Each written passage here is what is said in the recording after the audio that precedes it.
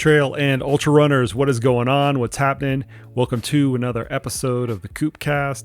As always, I'm your humble host, Coach Jason Koop, and on this episode of the podcast, we have another one of the heavy hitters in the endurance realm. It is Iñigo Mujika, who is the godfather of tapering for endurance events. If you are not familiar with Iñigo's work, you certainly should be, and I can guarantee you that if you've gone through a race and if you have done a taper yourself, you have been influenced by Iñigo's work. I found this conversation absolutely fascinating, and it was an honor to host him on the podcast, as I have used his work throughout my coaching career to inform how to taper my athletes for various events. I can't say enough about Iñigo and his research. He is one of the true scientists out there that also has a wealth of experience on the practical side of things, getting athletes ready for events. I know it's summertime. I know you guys are thinking about your last little bits of training, and I know that you're thinking about how you want to arrange your last few weeks so that you can reap all of the hard-earned benefits of all of your training to the greatest extent during the tapering process.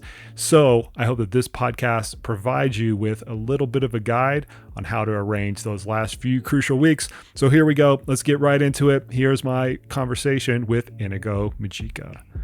What's on your plate right now? Like, you play in a lot of different endurance and team sports. I seem to see you everywhere. Like, everywhere I look, you've got your fingerprints kind of all over these different sports.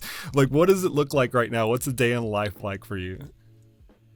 Well, at the moment, my main occupation is I'm the sports science coordinator for Spanish Aquatics. So I am in charge of sports science in pool swimming, open water swimming, water polo, diving, and synchronized swimming. But most of the time is dedicated to swimming. But I have PhD students who are doing their work in rugby, in professional cycling, and also another one who is working on powerlifting. So that's probably why you see my name in different areas, mostly because I'm co-supervising PhD students who are working in different sports. Do you feel that breadth helps you across all of those areas? Because you're talking about now not only endurance sports, but you're talking about endurance sports that are largely technique driven, being swimming, versus endurance sports that are more like purely cardiovascular, like cycling would be, which you have a big footprint in that sport as well, all the way down to powerlifting. Like, do you feel that makes you better across all of them, like having that breadth? I don't do it in that sense. I just do it because it's more fun, having. I'm always trying to have fun. When I talk about work with friends, and I say, so how does it feel to work? Because for me, it is work, but it's mostly about having fun. So if I'm interested in the topic of some student who comes up to me and requests my supervision, and I say yes, but I don't say yes because I'm looking for a very wide spectrum of professional expertise or anything like that. It's just because if I feel that I can help someone and the project seems solid and interesting and fun, I go for it. Excellent. Well, we're going to talk about one of the areas where I was really introduced to your work. And I would say, at least from the outside looking in, it's probably one of the areas that you have made the most impact on. Like, when you go back and you're an 80-year-old man and you look back on your career, I'm going to gather that this area is the most fond area that people can continue to draw information from. And this is this area of tapering. your name shows up all over the literature. If you just search taper in any database you want to, you're going to be the heavy hitter in that on that search term. So what I want to do is I want to start out by discussing the general framework of tapering for an endurance event, and then how we can adapt that framework into an ultramarathon season. Because this podcast is going to come out, I'm going to strategically plan it for the perfect point where everybody is about to start racing in their summer season, and tapering is at the top of their list. And as you know, tapering tends to make endurance athletes crazy. So hopefully this can be a little bit of a guidepost that athletes can use when they're designing their own training, or if coaches are listening to this, if they're helping athletes design their training. So let's kind of start out Iñigo, with the fundamentals. What are the fundamental aspects of tapering down for an event, any endurance event, that athletes need to be aware of as they're going through that process? Well, I think the first thing that they need to have clear in their heads is that the main aim of the taper is to optimize the adaptations that they've been achieving throughout months of solid training, but at the same time getting rid of the fatigue that they have also been accumulating. So I would say that the main goal is to dissipate accumulated fatigue, and if simultaneously they can optimize their adaptations, that's an extra point. But the main goal is not to get even better. You can get even better, but the main goal is to make sure that you dissipate the fatigue that you've been accumulating, because this is about the balance between how much adaptations you have been, or how many adaptations, or what level of adaptations you've been able to achieve. But quite often those adaptations have been hidden by the fatigue that you've been accumulating. So as you reduce the training load, you manage to dissipate that fatigue, and the adaptations that you already have start showing up. But we also know that as you dissipate that accumulated fatigue, you also recover your ability to adapt to the training that you do. And that can help you further the adaptations that you have previously achieved during months of intensive training. So that would be point number one. The goal of the taper is to uh, come to a positive balance between adaptations and accumulated fatigue. Point number two is how you achieve that, and how you manipulate the training variables so that you optimize those adaptations at the same time as you dissipate that fatigue. And in that sense, we can manipulate mainly three training variables: training intensity, training volume, and training frequency. Or in other words, how hard you train, how much you train, and how often you train.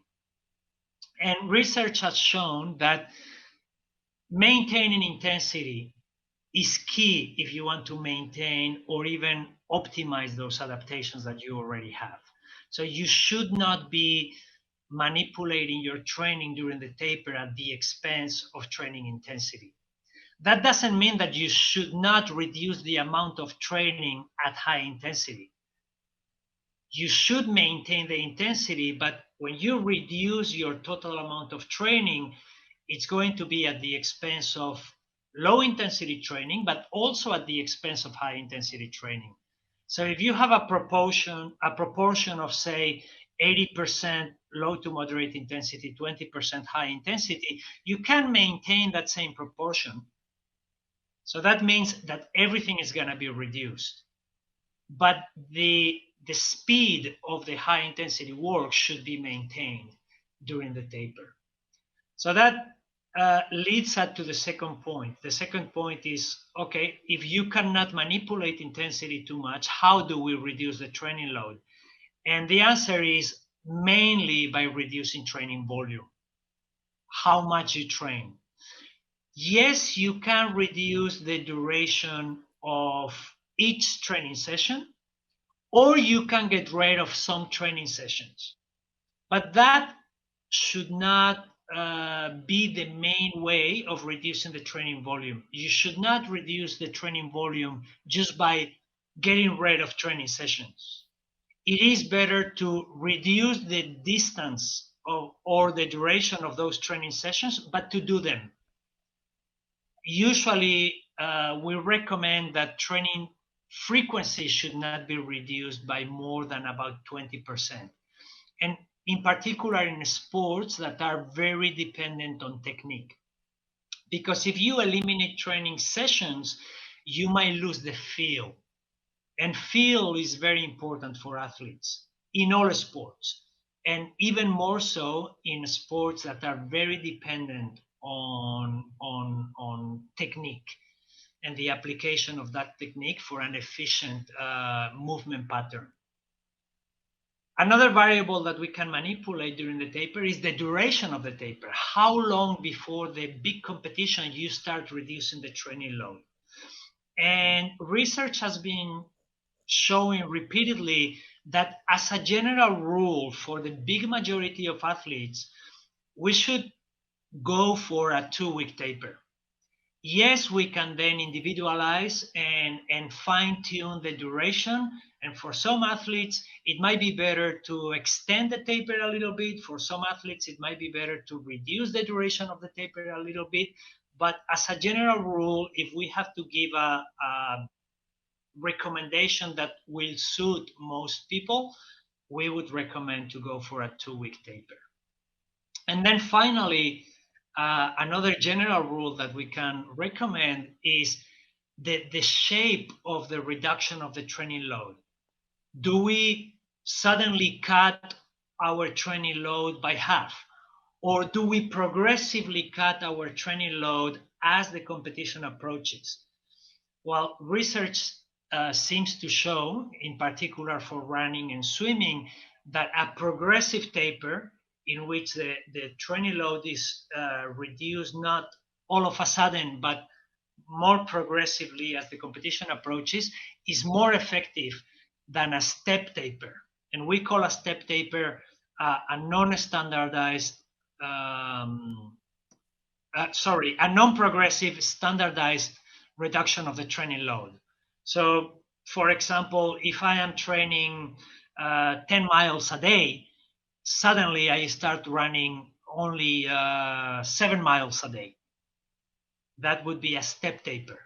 And that seems to be not as effective as reducing progressively.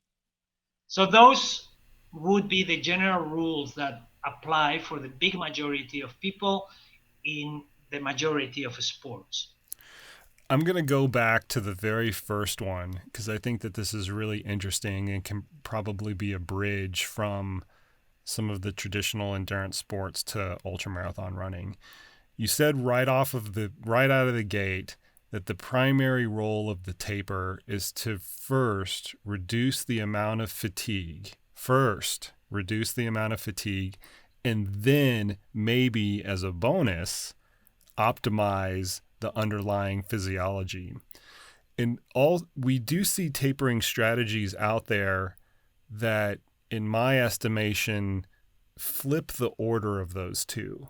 They're looking at the optimization first, trying to create muscle tension or trying to create some sort of like super adaptation within the training cycle at the expense of reducing the overall fatigue that the athlete actually has. And normally it's trying to take advantage of a specific like race situation, right? Looking at, okay, this is what's going to happen during the race.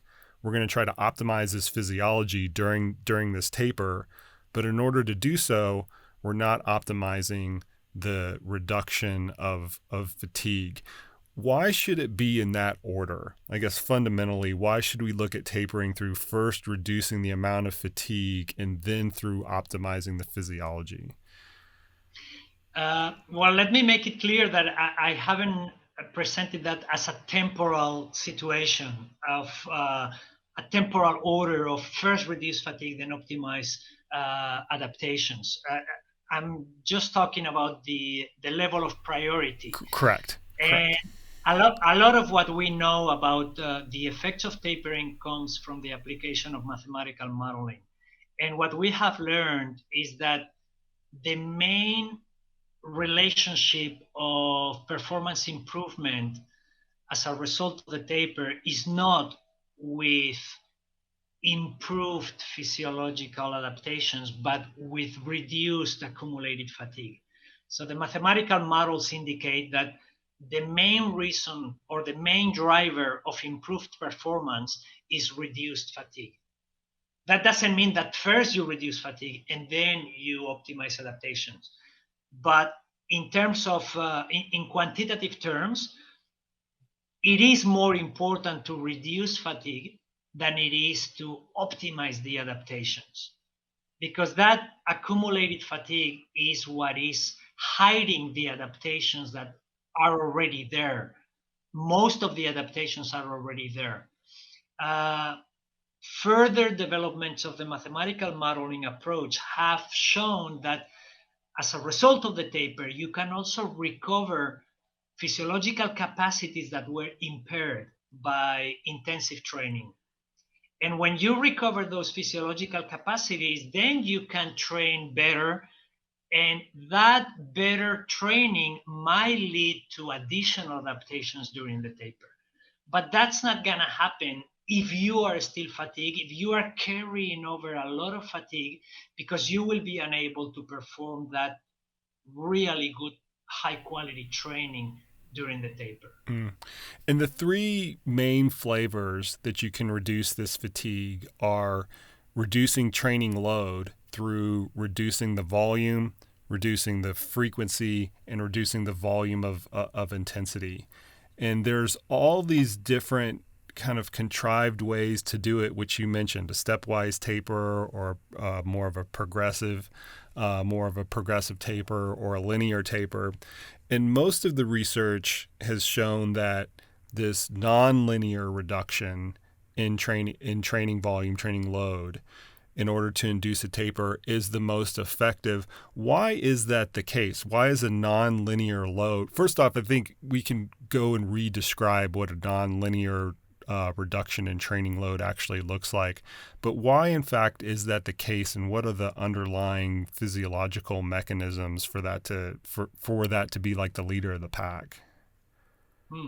That's a difficult question to answer, because we don't have enough research comparing one method with the other. So this conclusion comes from the application of a meta-analytical approach to the available research. So the linear reduction means that let's say you reduce your training volume each day by 1 mile. And that way, one day you run 10 miles, the next day 9, the next day 7, then 8, the next day 7, and so on. That's simply an example. The exponential way, or the nonlinear way, would mean that at the beginning of the taper, the drop in training load is higher, and then it tends to become more stable.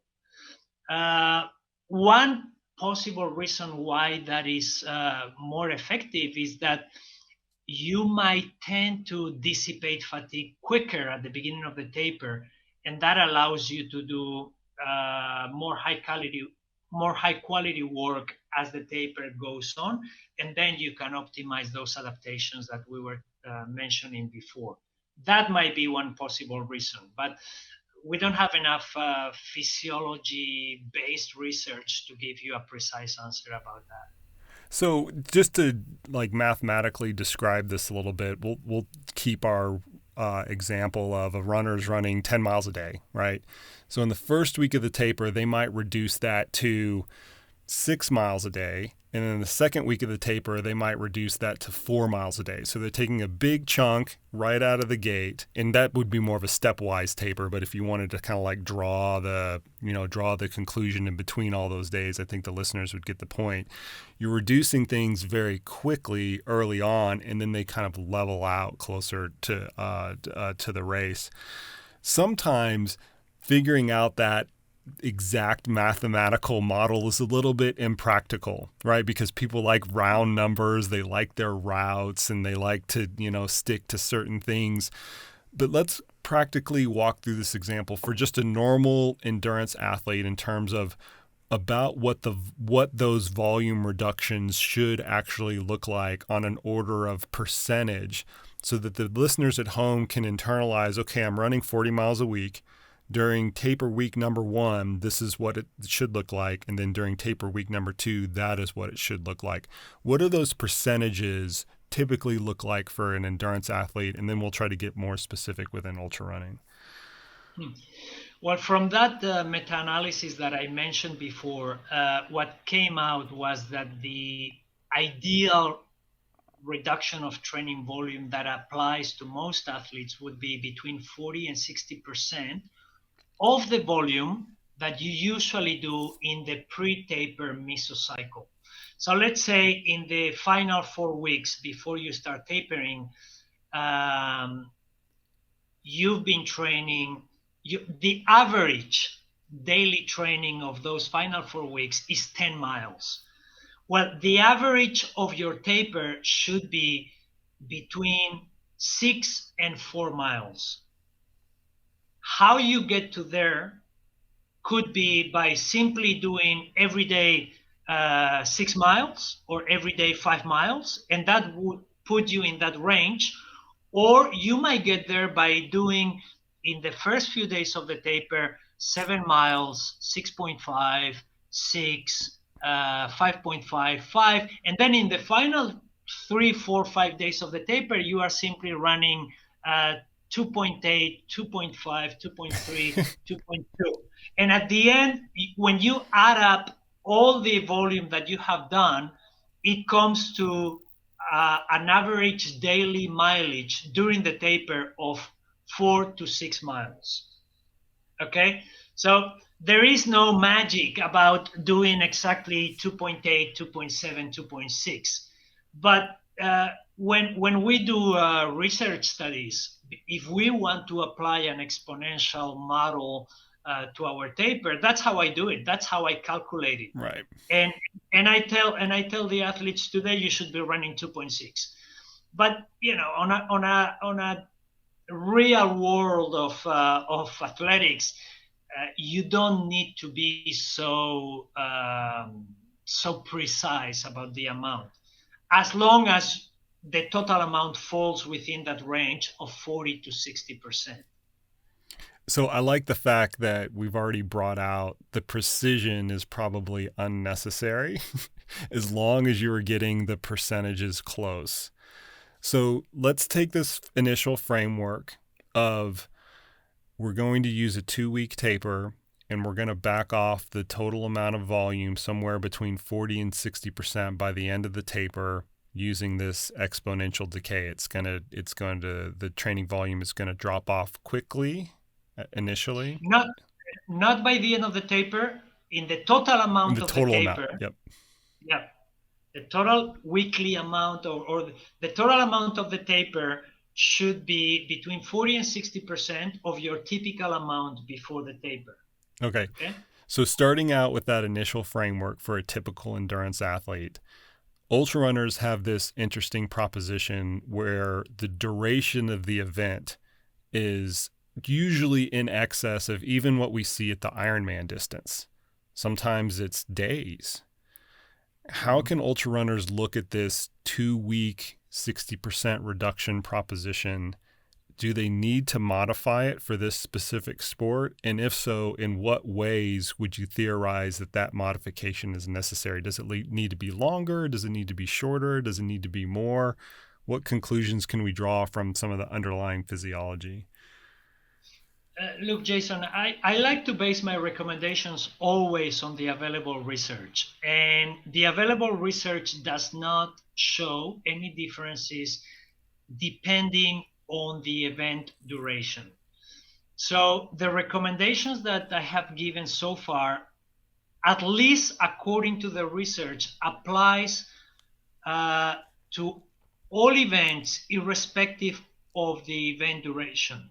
That means that those recommendations are valid for someone who is running a 100-meter sprint, for someone who is running a 1,500-meter event or a mile, or for someone who is running a marathon or an ultramarathon.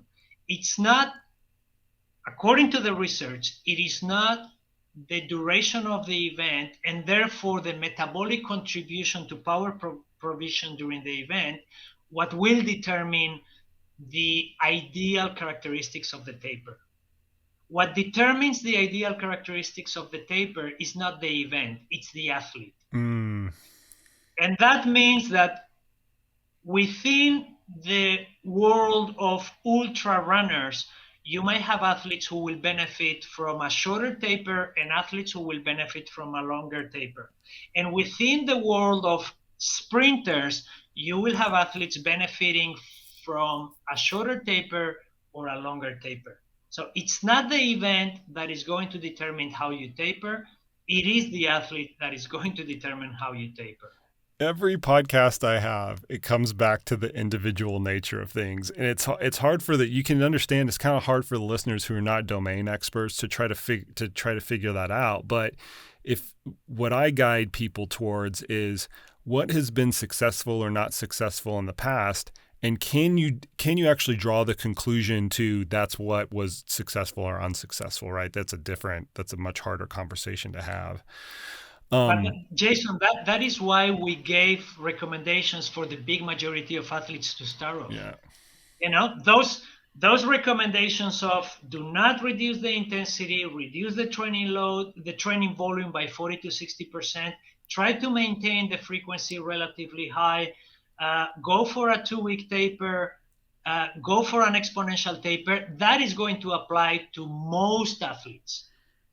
But if for some reason some athlete says, well, it didn't work for me, then you can fine tune and look for alternatives. Right. Let's quantify this a little bit, because I think that this is another misnomer that's out there in the world in terms of how much this actually impacts performance at the end of the day. We know that if we just rest, we're going to get a performance benefit just from the rest, right? You go through training cycles and you apply rest, and hopefully the athlete gets a little bit better. Applying a more precise taper is we're trying to do that in the vein of being additive to the normal performance improvement that we get from just everyday mesocycle rest, everyday training cycle rest. But how much is it actually, when we look at the research, how much of an impact does applying some sort of tapering strategy actually add to the performance at the end of the day? Well, when you compare your performance before you start tapering to after tapering, there is a kind of magic number that comes up quite often, which is about 3%. That doesn't mean that every athlete is going to improve their performance by 3%, but there is usually a range of 0.5 to 6%, but the average value is going to be around 3%. But the difference between getting it right with the taper and just resting is that the risk of losing adaptation and detraining if you just stop training is very high. Whereas the risk of losing adaptation and detraining, if you do a taper and you continue training and you optimize your technique to your new physiological capacities, is very, very low. So if an athlete underperforms on the day of the event, it is very unlikely to be as a result of losing adaptation if they have gone through a taper. But it is likely that they might underperform if they simply stop training, because some physiological adaptations are lost very, very quickly if you simply stop training. But that's not going to happen if you continue training with a taper program. That leads me to the next part of this. Is what are the risks of that's not the way I want to describe it. How can athletes screw it up? because a lot of tapering is avoiding the negative, right? Just as you mentioned, we're trying to reap all of the positive adaptations and remove all of the negative things that are going on. What are some of the pitfalls that athletes should watch out for when they're implementing a tapering process and just trying not to screw it up at that point? I tell my athletes this all the time in the last 4 weeks. It's like, let's just not screw it up. Let's not screw it up. You've done all the work.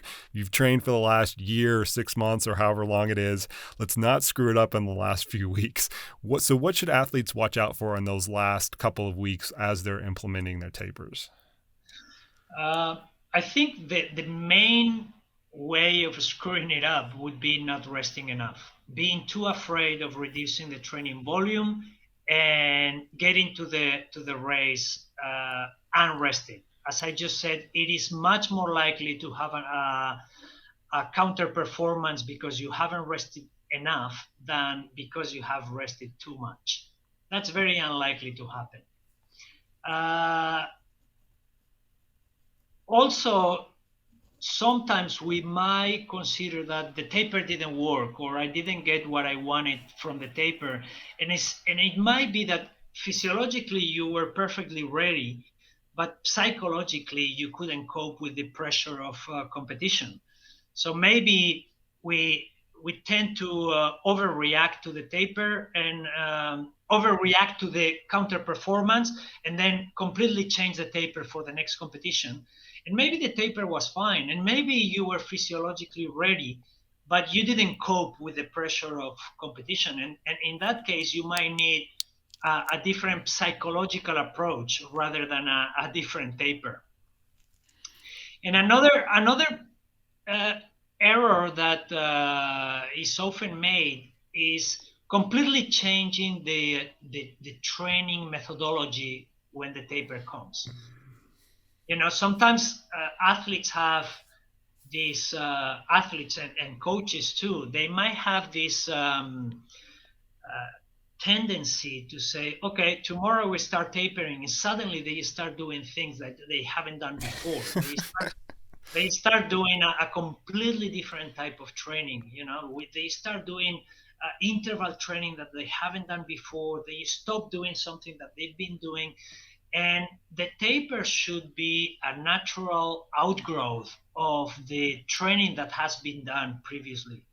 You shouldn't suddenly change completely your training methodology just because competition is approaching and now it's time to taper. The taper should be a rational and natural evolution of what you've been doing previously. But yet you just spoke to one of the most fascinating aspects of the taper that I think that actually goes on. And this is the classic taper tantrums that athletes have. They get irritable, they get angsty, they start looking at the course profile 10 times a day, and they get all psychologically, people watching the YouTube video can see Iñigo just laughing his ass off right now. They get all wrapped up in these things that are not material to their performance at the end of the day as a result of removing this big source of stress that they've had for the last 6 months, and that is all the hard training that they've been doing. That's real. You've seen it in athletes. I've seen it in athletes, and so much so that I think as coaches, we have to do a good job of preparing athletes for this natural consequence. What counsel do you give athletes as they're starting to prepare for their taper, specifically for this like psychological element of having all of this extra energy around that you want something to do with? How do we counsel athletes better on dealing with that particular aspect of the taper? Well, I usually say that they simply need to trust the process. If they understand what they are doing and why they are doing it, or why their coach is doing it, they should trust the process. They should have confidence. I have a book on tapering out there. I think it's the only book on tapering that is available worldwide. And I have contributions from different coaches and different athletes from different sports. And one of the contributions comes from Bob Bowman. For those who are ultra runners that don't see anything else and they don't care about any other sport. Bob Bowman is the coach of Michael Phelps. I'm sure they know who Michael Phelps is. Anyway, Bob Bowman in this contribution in my book says that we should not overreact because of how an athlete feels on a given training session during the taper. We need to trust the process. If everything has been done well, everything has been going well according to plan, we know what we are doing, we know why we are doing it. It doesn't matter if one day, 5 days out of competition, an athlete feels like crap, because we all have good days and bad days, and that applies to how quickly you are thinking, and that applies to how your body is performing as well. So maybe an athlete feels terrible one day, and he might say, "Oh, this is awful. I feel like crap." And because we are so close from competition, we might tend to overreact and change everything. But that doesn't make any sense. If we trust the process, maybe the next day that athlete is going to be flying. So we shouldn't pay too much attention to how an athlete feels on a given day if everything else has been going according to plan and we have a plan. The problem is when we don't have a plan and we don't know why we are doing things. Well, and I think another issue that goes hand in hand with that is that during the tapering process, because the event is drawing so close, there's this zoom in phenomenon that everybody has. Everything gets scrutinized at a very tight level on the daily, on the sometimes even on the hour or on the minute. I felt really good for the first 5 minutes of this, and I felt really bad for the next 5 minutes. In this micro analysis of what is going on from workout to workout during the taper, and also within each workout of the taper itself. You would never do that during a normal training process. You would always have a big picture lens of you're going to have good days and bad days and good intervals and bad intervals and things like that. But because the lens gets so tight during the tapering process, we tend to hyper react to the things that are going on. And I think your point is really well taken, that if we have a plan and we trust the plan, we're less likely to be suspect to do silly things based off of that noise that is coming in during the tapering process. Yeah, you want to avoid the paralysis by analysis. There you go. There you go.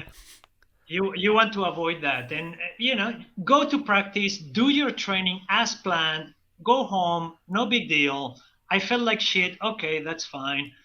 I felt great. Okay, that's fine too. Don't go crazy about how you felt on a given training session just because you are getting closer to competition. You've been training for months.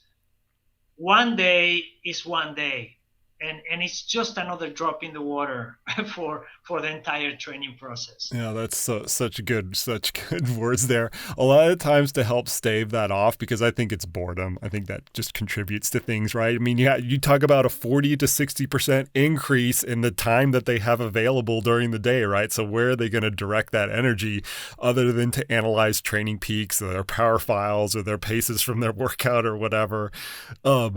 A lot of times what I'll do to help combat that is just to make sure that they stock up silly honeydew list types of things that they've been putting off during the training process. And I always make the joke to my wife that I will change all of the burnt out lights in the house when I'm tapering for my event. That is my activity for my tapering, so that I'm not thinking about training. I can go around, and the 20 lights that have burnt out in the last 6 months, I've been stocking up for these last couple of weeks that I can go change them on.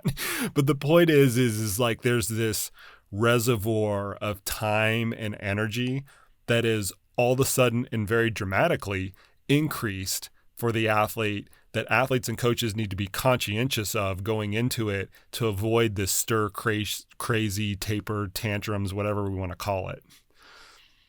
Well, this idea of having extra time on your hands made me think of another mistake that people might make, and that is that you have to taper from something. that, Oh, I love that, it. I that, love mean, it.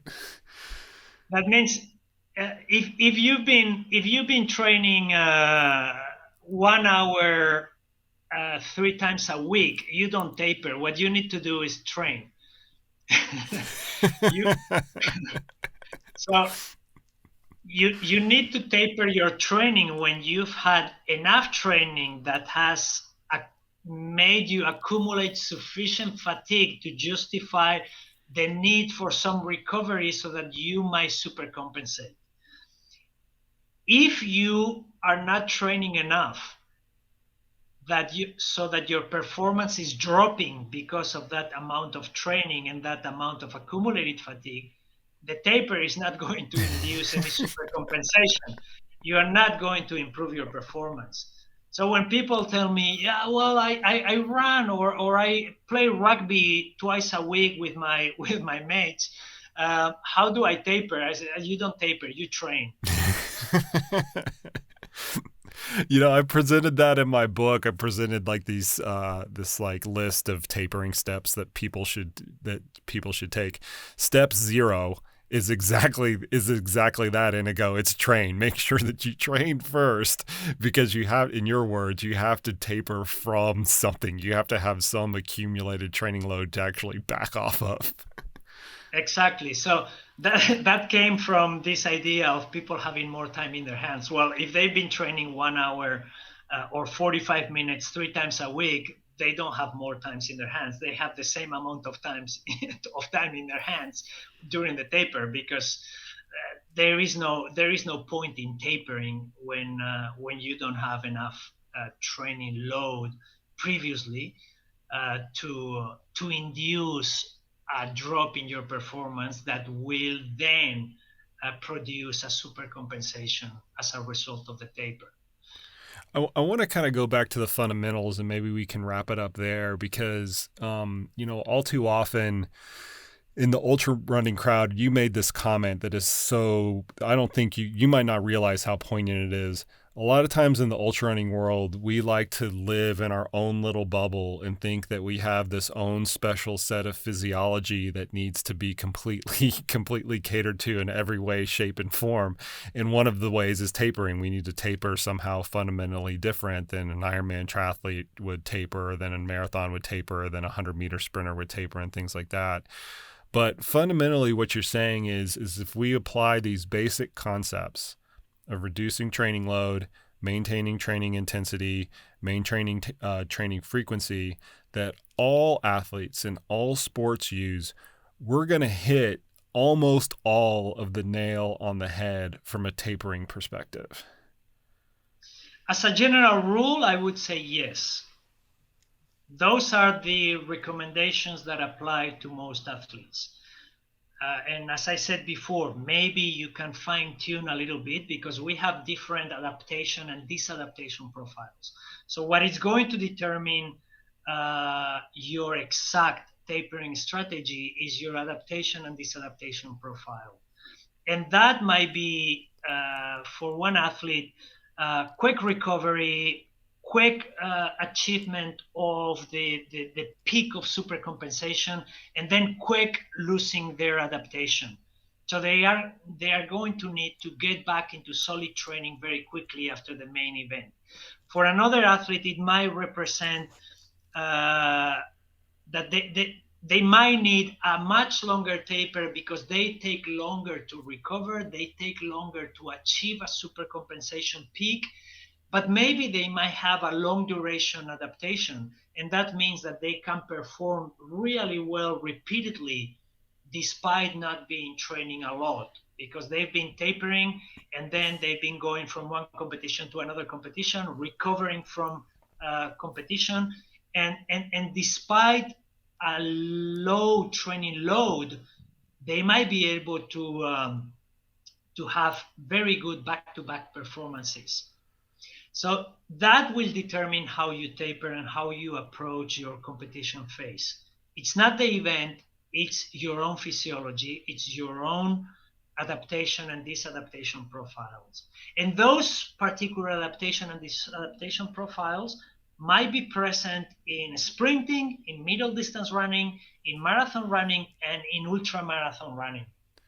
Can athletes and coaches help derive that individual nature of the training process from the patterns that they pick up in training? Because here's one of the things that I hate to rely on previous tapers to design future tapers. I do it, but I'm hesitant to do so because performance is always so multifactorial. There's all these different things that go into this soup of ultimate and one day, single day, or even if you're looking at a cycling stage race or something like that. There's all these different things that ultimately go into performance to say, well, this taper was effective because the performance was good, it misses a lot of the elements of that soup. So often what I do is I look at the training patterns for a particular athlete. How quick is the adaptive response? How quickly can they recover from certain types of training loads? Does it take a week? Does it take 3 days? And things like that. And I use that to inform the tapering process that I initially design, and then reinforce it with what's worked and what hasn't worked in the past. Is that what athletes should be kind of using to inform their tapering process, is just how they train week to week, month to month? That's a perfect approach, Jason. I'll tell you a story. When I was doing my PhD, I was doing all this analysis on the training of elite swimmers.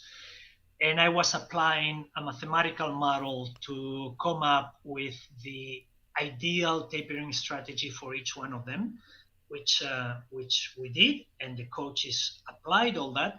But the first time I came with the pool with the outcome of the application of the mathematical model, and I presented that to the coaches. I said, this particular swimmer, these characteristics, this is how they should taper. And the answer was, thank you, we knew that. And because they are the ones who are seeing the swimmers on a day-to-day basis. They are the ones who see if someone adapts quickly, if someone recovers quickly, if someone takes a long time to recover and their competition capacity come up. They are the ones who see these things on a day-to-day basis. For them, it was a reinforcement of what they already perceived to get my numbers coming from the application of the mathematical model. But that is something that a good coach should already perceive and should already feel. And if they don't see it, or if they don't measure it, and if they don't perceive it, they could discuss it with the athletes.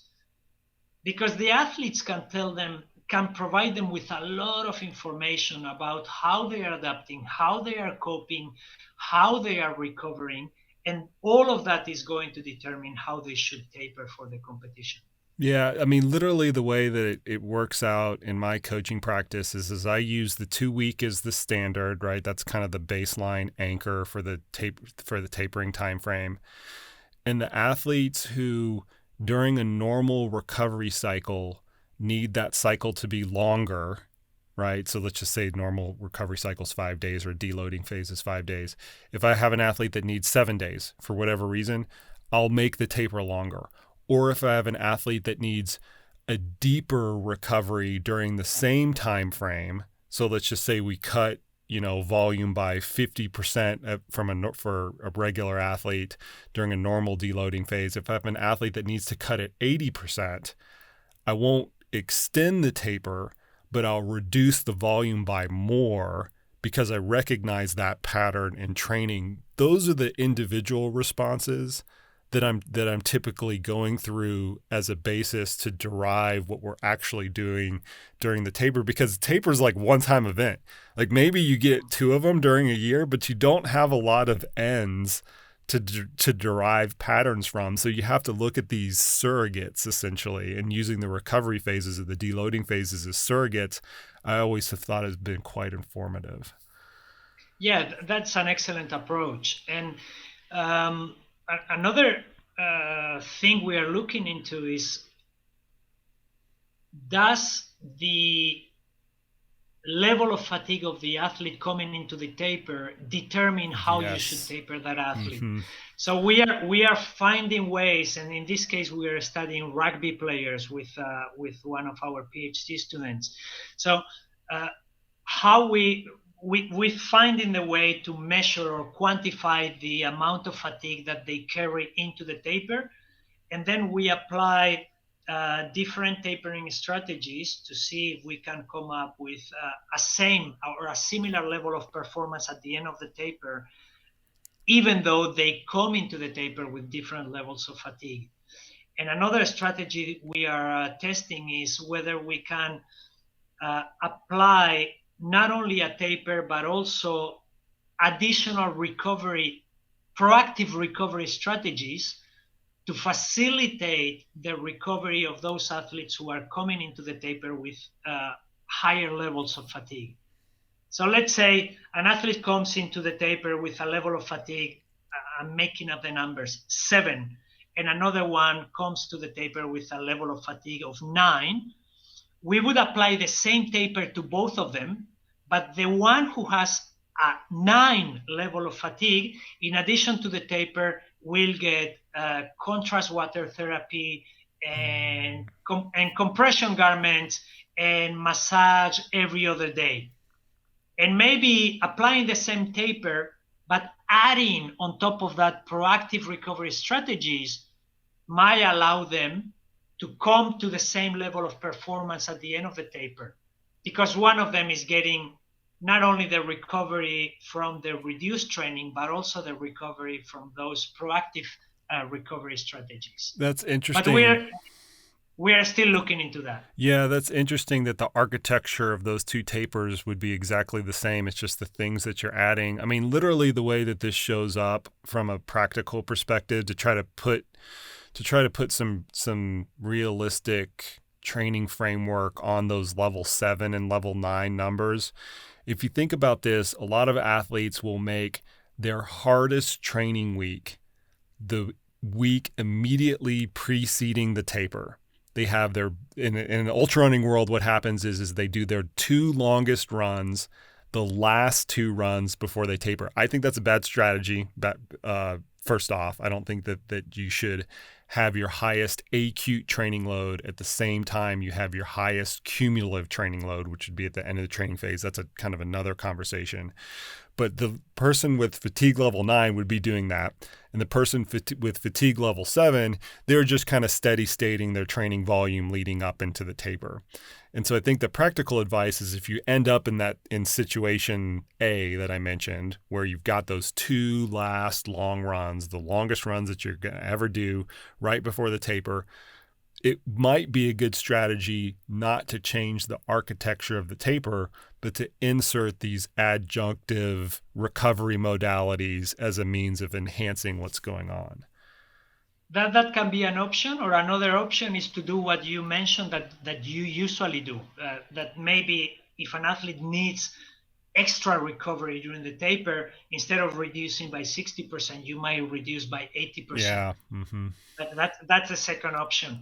But the idea of doing extra training or doing the highest training load in the lead up to the taper is not a stupid idea, and it's something that is actually recommended to overreach an athlete.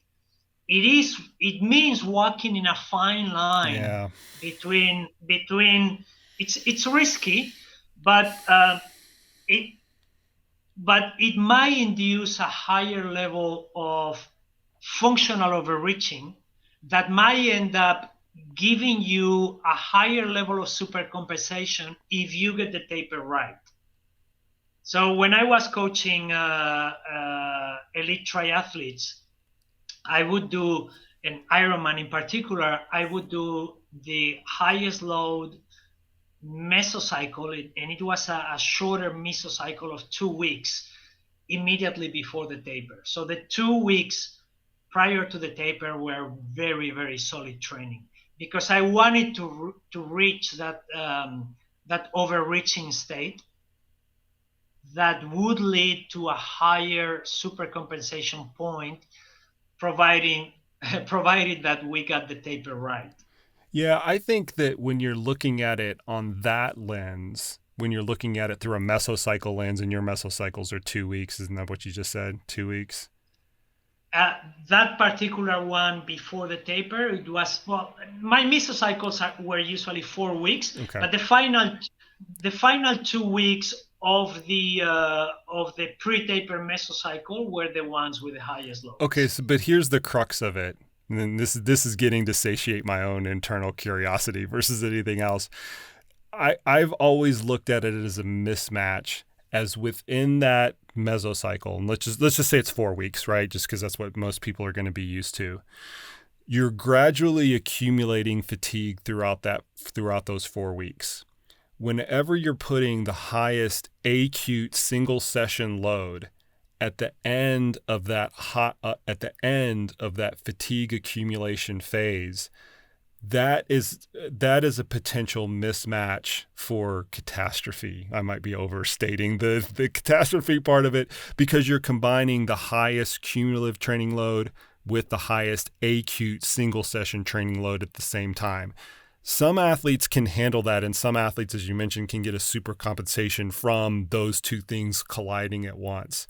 But it's a really tricky thing to get right, and not one that I normally like to alchemize at this critical stage right before the race.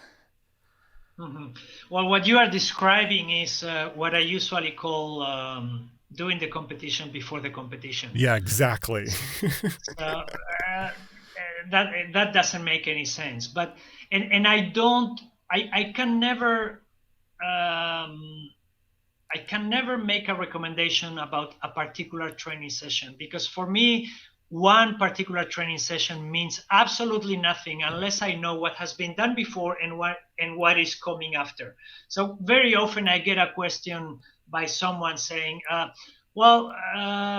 last week I did a 4-hour bike ride. Is that good or bad? I said, that's just an example. Yeah, exactly.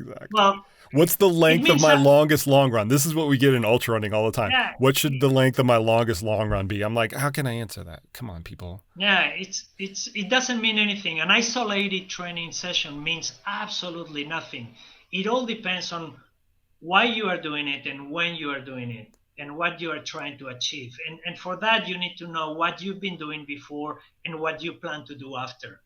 So doing this ultra hard session or ultra intense session at the end of a very high training load might mean that you are spending all your energy 2 weeks before the actual competition. Exactly. But it all depends on whether it makes sense to do that particular session within the framework of your training program. So interesting. We're going to leave it there, man. Maybe we can bring you back on to go down that rabbit hole to discuss how we balance the acute and the chronic training loads within mesocycles, because a lot of people have, questions on that. Like, should you do the hardest workout when you're the most fresh? Should you do the hardest workout when you're the most fatigued? How can you combine the two for super compensation? A little bit of it gets into nerdy training structure, but I love that stuff, man. But we're going to leave it there. Those of you that are going into races, heed those words. Keep your training simple. Don't be afraid to back off the training load. And the number one error that you can make is try to incorporate things that you haven't done in training beforehand. Iñigo, thanks for coming on the podcast today. It was really insightful. I really appreciate it. And there you have it, folks. There you go. Much thanks to Iñigo for coming on the podcast today. I really enjoyed that conversation. He's been somebody that I've wanted to get on the podcast for a long, long time. Hopefully we can bring him back for more insight, because as I mentioned from the onset, he's one of the few people in the world that just has this incredible fusion of science and practice over many years of working with very high level athletes in a multitude of sports, and it shows when he gives advice. I hope you all appreciated this podcast, and if you did, head on over to Apple Podcasts and give this podcast a rating or a review. I appreciate all those rating and reviews that come in. They mean a lot to me personally. And as always, you guys, that's it for today. We will see you out on the trails.